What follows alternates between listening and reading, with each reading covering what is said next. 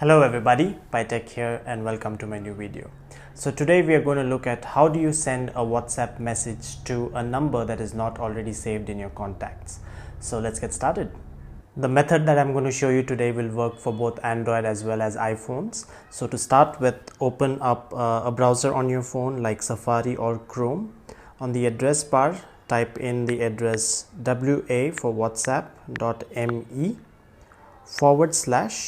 and then you can paste the number that you want to send the message to, or you can copy or you can manually enter the number.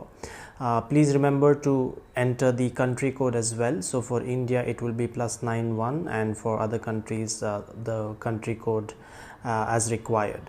So I've already copied the number that I want to send the WhatsApp message to, so I will click on paste, and then you just have to go. You will get a pop-up to open this page in WhatsApp. You will have to click on open,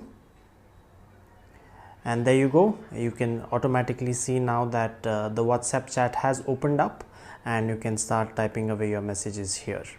So this is a very useful trick for anybody who wants to send a message to a particular contact person without saving them as a contact on your phone.